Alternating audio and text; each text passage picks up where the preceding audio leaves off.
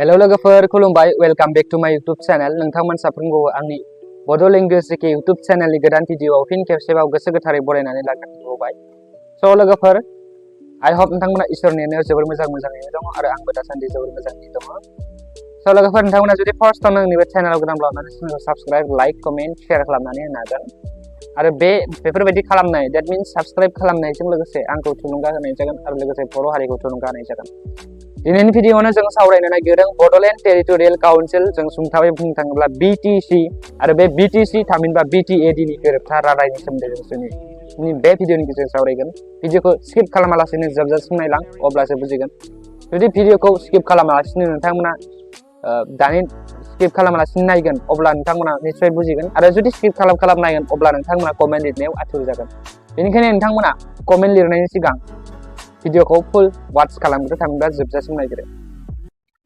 एबसु आरो BLT थामहिनबा जों एबसु बुंनो थाङोब्ला एबसुनि आबुं मुङा जाहैबाय अल बर' स्टुडेन्टस इउनियन थामहिनबा दुलाराय बर' फरायसा आफाद आरो BLT बर' लिबारेशन टाइगार BLT जायखौ जों बुङो बे जयै सोमावसारनायनि फिथाइ महरै जों बेसोरो मोननैबो सोमावसारै बे सोमावसारनायनि जि फिथाइ जोबथारनायाव जि फिथाइ थाइबाय बेनि फिथाइ महरै भारत सरकार आरो आसाम सरकारा BTAD थामहिनबा बड'लेण्ड टेरिटरियेल एरियास नि जि गोरोबथा बे गोरोबथा रादायनि थाखाय 6 डिसेम्बर 2003 इं खालाराव आसामनि कमिशनार स्वामी चेन्मायन्दनि सिगाङाव गासै सा 2641 BLT थामहिनबा बर' लिबारेशन टाइगारनि दैदेनगिरिफोरा हाथियार गथायो आरो बिदिनो 7 डिसेम्बर 2003 इं खालाराव भारतनि लेङाइ गाहाय मन्त्रि लाल कृष्ण आडवाणीनि साखियाव सा 12 सोद्रोमा थानाय 6था काउन्सिलखौ दानाय जायो।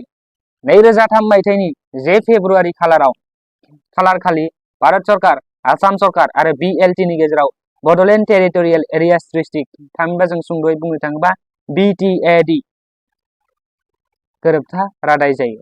भारतनि संबिजिरनि 6थि शिडिउलखौ थामहिनबा 6th शिडिउलखौ सोदांनानै बे BTAD नि थामहिनबा बड'लेण्ड टेरिटरियेल एरियास डिस्ट्रिक्टनि रादाया जादोंमोन आरो बेजों लोगोसेनो बर' रावाबो भारत संबिजिरनि 8थि थामहिनबा 8th शिडिउल फारिलाइयाव थिसनजानायसै आरो बेफोरबायदिनो बर' रावा भारतनि 8थि फारिलाइयाव थिसनजादोंमोन BTC एकर्डनि गेजेरजों थामहिनबा Bodoland territorial council that means जों बुंनो थाङोब्ला BTAD बे BTAD गोरोबथानि गेजेरजोंनो जोंनि जे बर' राव बे बर' रावाबो 8थि फारिलाइयाव थिसनजादोंमोन। आई होप नोंथांमोना भिडिअखौ नायनानै एसेब्लाबो मोजां मोनबाय। जुदि भिडिअखौ नायनानै मोजां मोनदोंबा अन्नानै लाइक कमेन्ट शेयार आरो चेनेलाव गोदानब्ला चेनेलखौ साबस्क्राइब खालामना गालांगोन होननानै मिजिंथिनाय थाबाय। नेक्स्ट भिडिअ थाबैनो लोगो मोनगोन Bodoland territorial council that means BTC निनो सोमोन्दै। तो जय बर' हारिनि जय।